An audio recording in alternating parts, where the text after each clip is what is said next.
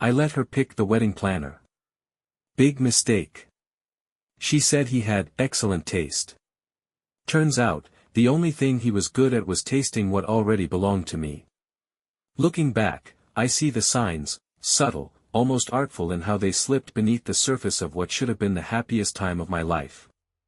But when you're in love, and I mean really in love, your brain doesn't work the way it should. You don't analyze. You don't doubt. You follow, blindly, with your chest wide open, thinking this person beside you is walking the same path. That's how I felt about Anna. We'd met at a corporate event. She was in marketing, polished and magnetic, like someone who knew exactly how to light up any room and dim everyone else in it. I remember thinking she was a little too perfect, quick-witted, sharp-dressed, and not afraid to correct me when I messed up the name of some obscure wine she liked. That should have been a red flag. I mistook it for sophistication. It wasn't long before we were inseparable. She moved into my place within a few months, her things seamlessly replacing mine, her throw pillows, her favorite candles, her preferred brand of water in the fridge. I didn't mind. If anything, it made me feel like I was building something solid. A future. The proposal was simple, low-key. Just us on a hike, the view of the lake in front of us. She said yes with tears in her eyes. I thought they were happy ones. The wedding planning started that very night. She had spreadsheets before I even picked the date. Venues bookmarked, color palettes narrowed down, Pinterest boards overflowing. It was intense, but I told myself she was just excited. I liked that she cared so much. Then came him. Brandon. She said she'd discovered him online, some boutique wedding planner from the next state over. Said he had a modern aesthetic and flawless taste in everything from florals to food. What I remember most was the way she insisted on him. Not recommended. Not suggested. Insisted. Like the entire wedding hinged on him being part of it. He was good-looking, no doubt. The kind of guy who always dressed like he was ready for an impromptu magazine shoot. Too tan for the winter, too confident to be humble. There was something off about how comfortable he was in our space. From the very first meeting, he acted like he already belonged. But I buried that instinct. Chalked it up to creative types being eccentric. I figured maybe I was just being possessive, insecure. I didn't want to be that guy, the jealous fiancé who gets weird about anyone standing too close to his girl. Still, little things added up. Too many planning sessions that didn't involve me. Last-minute reschedulings where Anna would come home smelling like his cologne, strong and expensive, not something you forget easily. I'd ask how the meetings went, and she'd brush me off, saying they were just figuring out logistics or finalizing floral arrangements. But the way she said it, like I was annoying her for even asking. She started keeping her phone close. Real close. Like, wouldn't let it out of her hand at dinner close. I told myself everyone's private with their phones these days. It wasn't like she was hiding anything. But even when she was sitting beside me on the couch, I felt like she was drifting further and further away. Our once excited talks about the honeymoon turned into checklist briefings. Conversations that used to feel warm and full of hope now felt transactional. Like I was one more task she had to manage between calls with the caterer and emails to Brandon. There was a time when Anna couldn't stop touching me. When she'd curl up in bed against me and trace circles on my chest while talking about baby names or laughing about how weird it would be to call each other husband and wife. That softness vanished. Her touch became clinical, brief. Even our intimacy felt staged. Like she was checking a box to keep up appearances. Or maybe out of guilt. I don't know. The week she asked to go dress shopping without me, I felt something in me shift.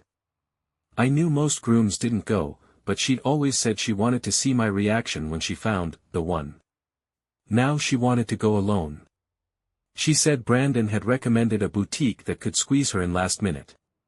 She said he'd be there too, to help with opinions. She came back beaming, but not for me. My family noticed the change, too. My mom pulled me aside one night after dinner and asked if Anna was okay. She didn't seem present, she said. Like she was smiling for the pictures but not really in them. My sister, who was never Anna's biggest fan, asked if we were rushing into things. I told them both everything was fine. That weddings were stressful. That Anna was just under pressure. The truth? I didn't want to believe what I already knew. Because if I admitted it, everything would unravel. And I wasn't ready for that. Not after the proposal. Not after the engagement party. Not with thousands already sunk into deposits. I kept telling myself, just get to the big day. Just push through. Maybe it's just cold feet. Maybe the stress of planning has made her distant. But deep down, I knew. I knew that the woman I was marrying was slipping away. And worse, I suspected she wasn't slipping alone. Still, I smiled. I picked out cufflinks. I practiced vows. I let her show me the napkin swatches and the imported charger plates Brandon had sourced from somewhere, super exclusive. I nodded at every overly priced decision, pretending like this wasn't turning into a performance. Because part of me still believed that once the wedding was done, once it was us, married and real, things would go back to how they were. That part of me was about to get crushed. Just like everything else I thought I knew about Anna. It started with a phone buzz that came too late at night. We were sitting on the couch, Anna flipping through a bridal magazine she'd already memorized cover to cover, me half watching a show neither of us cared about. Her phone lit up on the armrest between us, one of those brief flashes of screen that shouldn't mean anything. But it did. Because she snatched it up too fast. The message was from a number she hadn't saved under a name, just a string of digits. Rookie mistake. But what caught my eye wasn't the sender, it was the preview that appeared before her thumb hit the screen. 5 words. I can still taste you. Everything in me dropped. She turned the screen away like it was a reflex, casual and clumsy all at once. Said it was Brandon. Something about a new concept he was pitching, intimacy-themed decor, she claimed, as if that made even the slightest bit of sense. I don't know if she thought I was stupid, or if she was just so deep into her lie that she didn't care how thin the excuses sounded anymore. But in that moment, something cracked open inside me. Not quite rage. Not yet. Just silence. A shift. That place inside where doubt becomes knowledge. I didn't say much. I didn't ask her to explain. I just watched her closely after that, how her eyes never met mine for too long, how her smiles turned into shields, how the space between us stretched wider by the day even as the wedding drew closer. Something was happening behind the scenes, and for the first time, I didn't look away. It started as a joke to myself. A camera. For security, I told her. With all the vendors and people going in and out of the venue during planning, it made sense. And technically, it wasn't even in our house. Just one of the bridal suites at the venue. She'd made it her base camp for prep, said it gave her space, said it made her feel like the bride she always dreamed of being. I let her have it. What she didn't know was that I had a camera wired into one of the antique light fixtures. Nothing fancy. Just enough to catch the room clearly. I didn't know what I expected to find, maybe nothing. Maybe just proof that I was overthinking. That the weight in my chest was something other than betrayal. That maybe love could survive suspicion. But what I found didn't leave room for interpretation. The first clip was from a Thursday. Midday. The sunlight poured through the lace curtains like some cruel filter, softening the sharp edges of what I was about to see. She walked in first. Alone, at first. She checked herself in the mirror, adjusted her hair, her dress. She looked good. Radiant, even. For someone else. Brandon came in after her. I didn't know how to describe the way he looked at her, like someone who wasn't worried about being caught. Like a man who believed he belonged there, with her. In her space. In her life. They didn't talk much. No planning notes, no portfolios. No lists or centerpieces or flower samples. Just hands. Just mouths. Just the kind of intimacy that should have belonged to a man she was about to marry. Me. They kissed like they'd done it 100 times. Like this wasn't new. Her body folded into his like it had been doing that long before she ever slipped a ring onto her own finger. And the sounds, God, the sounds. I didn't realize I was holding my breath until I felt my chest tighten. Her moans, soft and familiar, ones I used to believe were mine alone, were now burned into my memory in a way I couldn't unsee. She whispered his name. Not mine. Over and over, like a vow she had already taken in secret. I closed the laptop. I didn't sleep that night. I laid in bed beside her, watching the ceiling, the space between our bodies a canyon that no words could cross. She curled into me at one point, maybe guilt, maybe habit. Her head on my shoulder, her fingers on my chest like nothing had changed. And in that moment, I felt more alone than I'd ever been in my life. Not because of what she did. Because of what I now knew. And once you know, you can't unknow. The hardest part wasn't even the betrayal. It was the certainty. The ending was real now. The house of cards wasn't wobbling anymore, it had collapsed. Quietly. Completely. I spent the next day going through footage. It was worse than I thought. This wasn't a one-time mistake. This wasn't a moment of weakness. This was an affair. One clip showed them laughing while sharing wine out of a bottle I'd bought to celebrate our engagement. Another had her on the phone with me, saying she was running late, smiling at Brandon the whole time. She was with him as she lied to me. Not even blinking. I saw her try on her wedding dress in front of him, spinning, smiling. He zipped it up slowly. Too slowly. She wore that dress for him before I ever saw it. There was something twisted about watching your future unravel in high definition. Every soft sigh, every touch, every inside joke, recorded in the room where she was supposed to be preparing to become my wife. I didn't cry. I didn't throw things.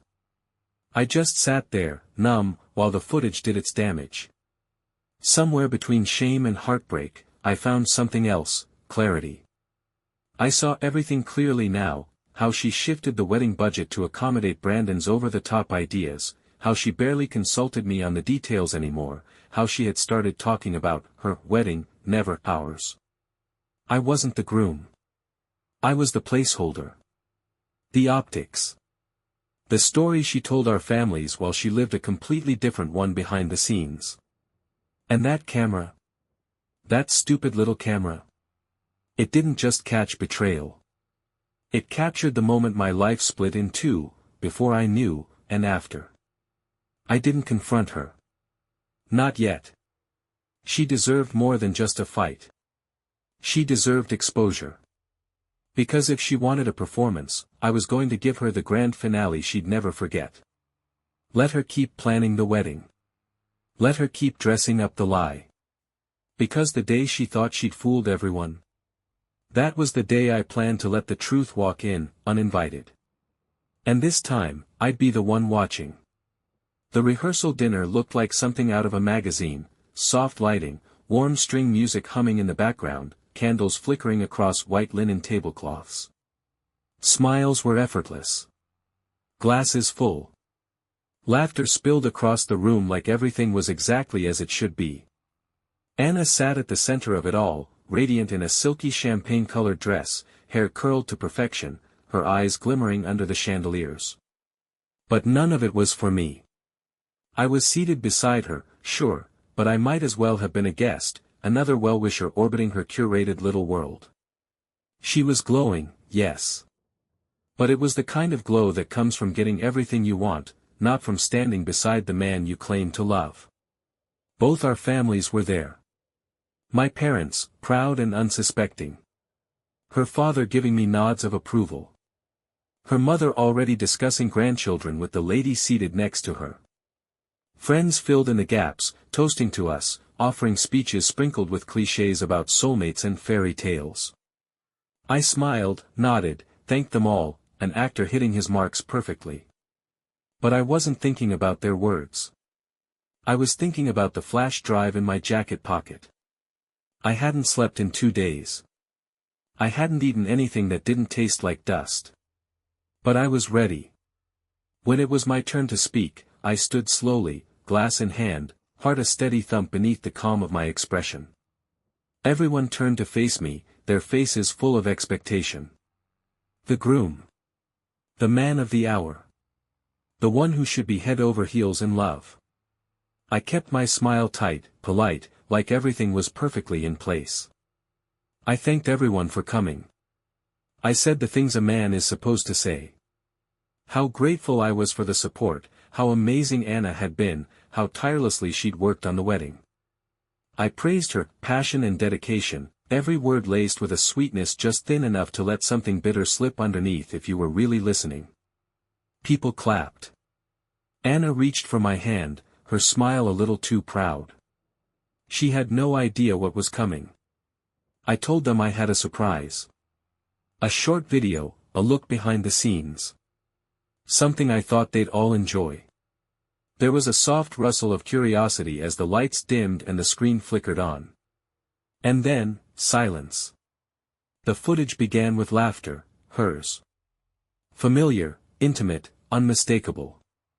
The camera angle was clear. She was in the bridal suite, her wedding dress halfway zipped. Brandon behind her, hands where they never should have been. No music. No commentary. Just the raw, unfiltered sound of betrayal. Her voice floated through the speakers, soft and breathy. She was smiling. She looked happy. Too happy. The room froze. Forks hung midair. Wine glasses trembled in hands. A ripple of gasps spread like a slow wave across the room.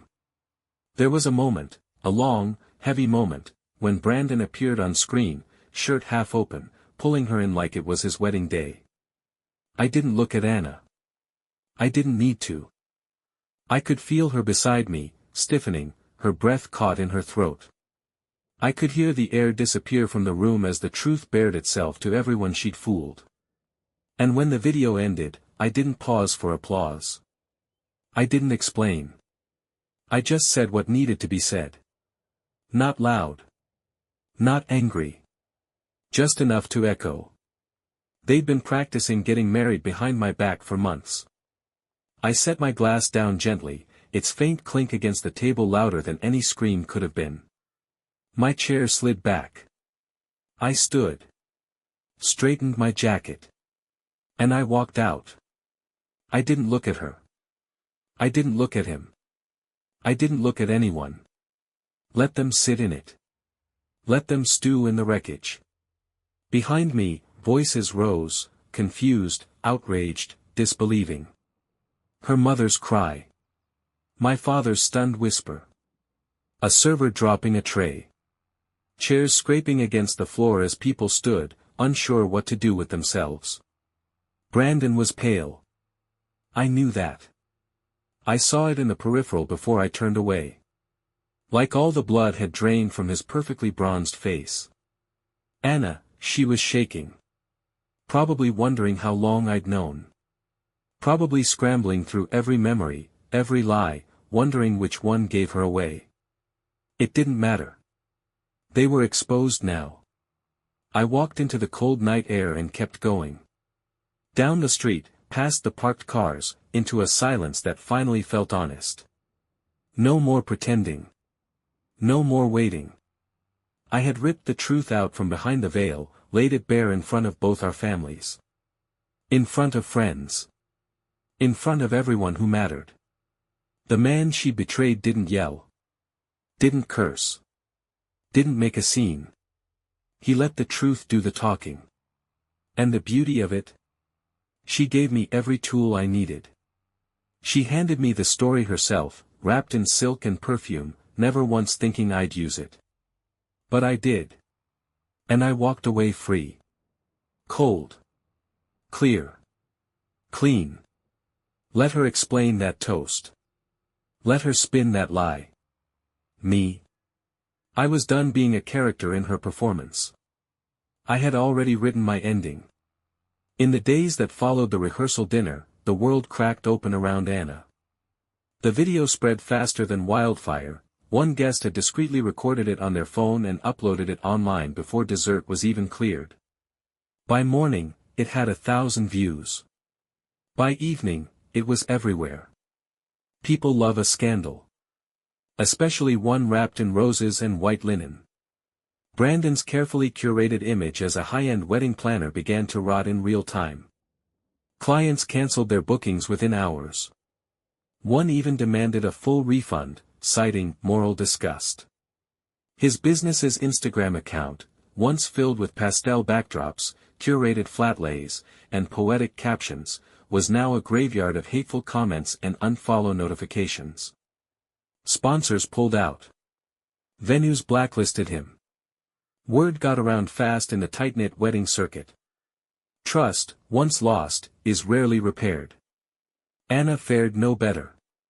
Her social media, once glowing with perfectly filtered smiles and staged couple shots, became a battlefield. Comments turned vicious. Friends unfollowed. Acquaintances whispered. Her inbox flooded with judgment, and the followers who once cheered her on now tore her apart. People dug deeper. Screenshots surfaced. Photos she thought had disappeared were resurrected like ghosts. Her family. Furious. Her mother refused to be seen in public for weeks. Her father issued a cold, formal statement distancing himself from personal choices that do not reflect the values of this family. Her little brother deleted every trace of her from his profile. The shame wasn't just personal, it was legacy deep.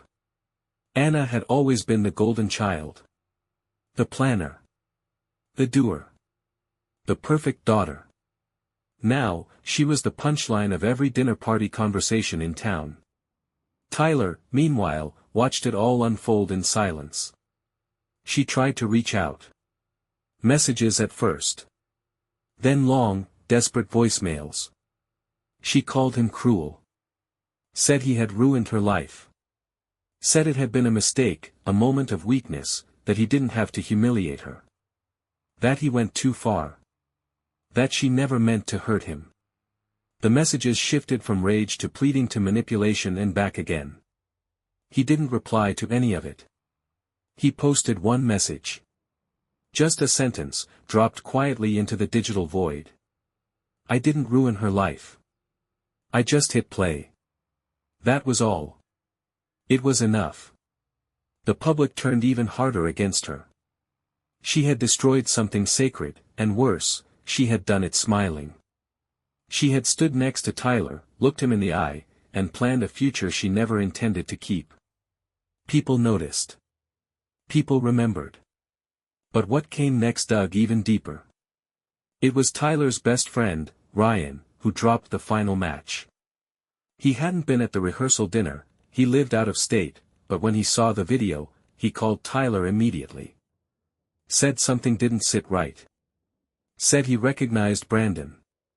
Not just from the clips, but from before. From years ago. Ryan had met Brandon once, back when Tyler and Anna first started dating. Not as a planner.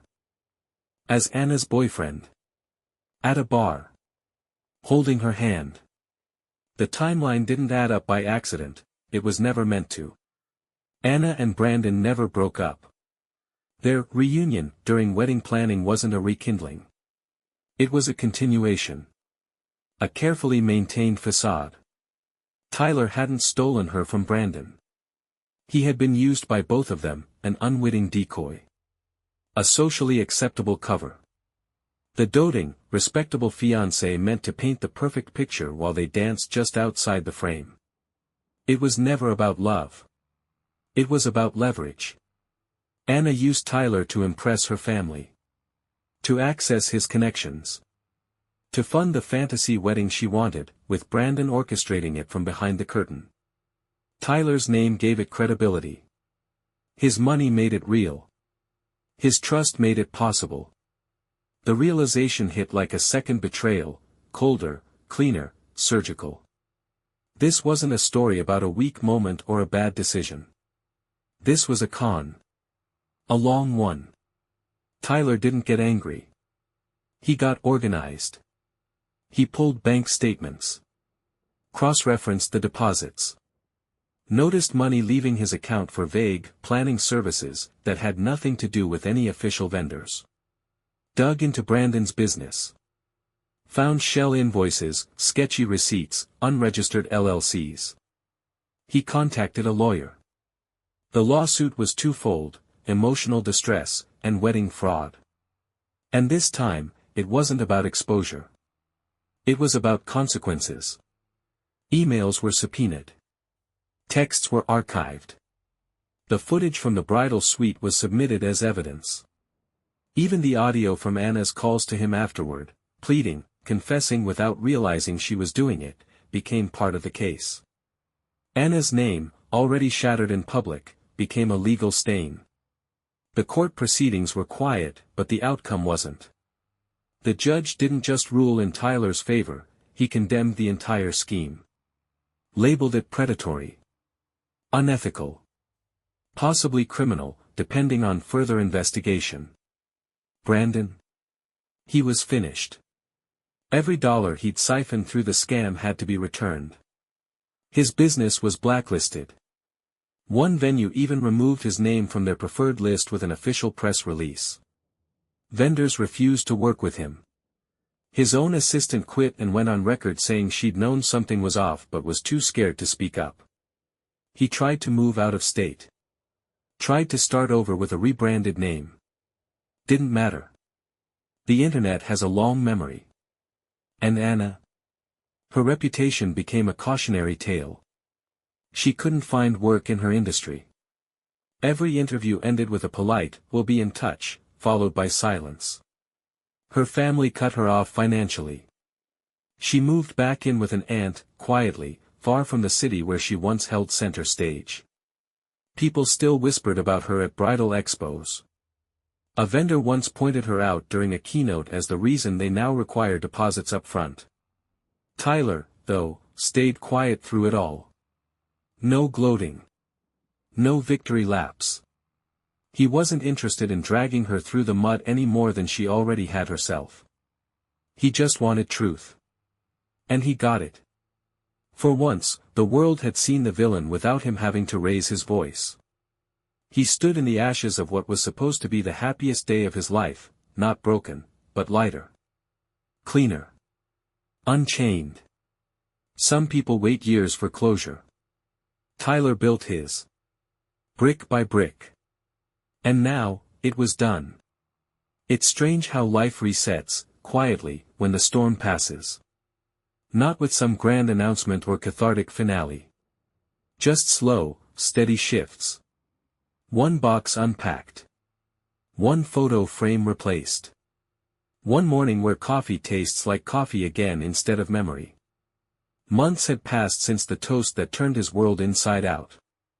Since Tyler dropped the truth like a match and walked away from the fire without flinching. The dust had long settled by then, but the echoes still lived in pockets of conversation, old neighbors, mutual friends, digital strangers who'd watched it all unfold online. But Tyler was long gone by the time the story finished making its rounds. He moved to a new city. Not to run, but to breathe. A fresh apartment in a neighborhood with no bridal boutiques, no rented venues, no pastel color schemes.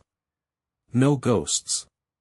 Just him, his books, a couple of guitars, and a balcony that caught the sunset just right in the evenings. It was peaceful in a way he hadn't known in years. He got back into work. Met new people. Spent more time outside. His phone, once a device that had burned with betrayal, now buzzed only with simple things, reminders, playlists, messages that didn't carry loaded subtext. Life shrank down to what he could carry. And for the first time, that felt like enough. There was someone new, too. He hadn't planned on it. It started simple, coffee, then a walk, then more walks that turned into dinners. She was kind. Honest in a way that made him nervous at first, then grateful. There was no pretending, no perfect face held together by lies. She didn't know his story at first. When she found out, she didn't flinch. And Tyler didn't feel the need to retell it often. It wasn't who he was anymore. They weren't serious. Not yet. But it was real. And that mattered more than labels. Some days, Anna still crossed his mind. Never for long. A song here and there would pull her into his thoughts, or a glimpse of a white dress in a shop window. Sometimes he'd catch the scent of a perfume she used to wear and feel a flicker of something, not sadness, not even anger. Just recognition. Like seeing an old scar in the mirror. Proof that it happened, but also that it healed. He no longer wondered what she was doing. He didn't check her pages or track the rumors. That chapter had closed so thoroughly, even the echoes no longer stung. The woman who once made him question his worth now felt like a character from another life. What stayed with him wasn't the betrayal, it was the silence after. The quiet he found when he no longer had to second-guess everything. That was the real peace. Not the justice, not the public vindication, but the way he could now sit in a room and not feel like a fraud. He could trust his own thoughts again. He often thought about the timing. How close he'd come to giving her everything. How easily he could have spent years chasing a version of her that never existed. A wife in name only. A lie draped in lace. There was something almost poetic in the way it ended, right on the edge of the altar, just before the vows. A final curtain drop before the real damage could begin. He was grateful for that. Not bitter. Grateful. Some men find out too late. They build lives around illusions. They have children with ghosts. They wake up one day to a home that never really loved them back. He got out just in time. Not just from Anna. But from who he became around her. The quieter version of himself. The one who made excuses for red flags. The one who laughed things off when his gut screamed otherwise. That man was gone now. He'd learned the value of listening. Not just to what people said, but to what they showed. To what he felt in the pit of his stomach when something didn't add up. He'd learned that trust isn't something you owe someone just because they smile at you sweetly. It's earned. Brick by brick. Peace doesn't always come with fireworks. Sometimes, it looks like a Sunday morning with nothing scheduled. A name in your inbox that doesn't make your heart sink. A dinner date with someone who doesn't flinch when you set boundaries. A version of yourself you don't have to apologize for. Tyler stood on his balcony one evening, watching the city flicker to life. Below, strangers passed by, unaware of the war he'd quietly won. There were no medals for the kind of battles he fought. No parades. Just stillness. And that was enough. He didn't carry resentment. He carried wisdom. Because now, when he saw men like him, smiling a little too tightly, nodding through conversations with partners who never really saw them, he knew. And he wished them clarity. Before the dress. Before the debt. Before the damage. Tyler's story didn't end with heartbreak. It ended with peace. And maybe that's the best revenge of all. He once thought the worst thing was being left. He realized the worst thing is staying. Some men wait years to realize their wife's not who she claimed to be. He found out just in time. Right before he said I do. And right before he became the fool she thought he was.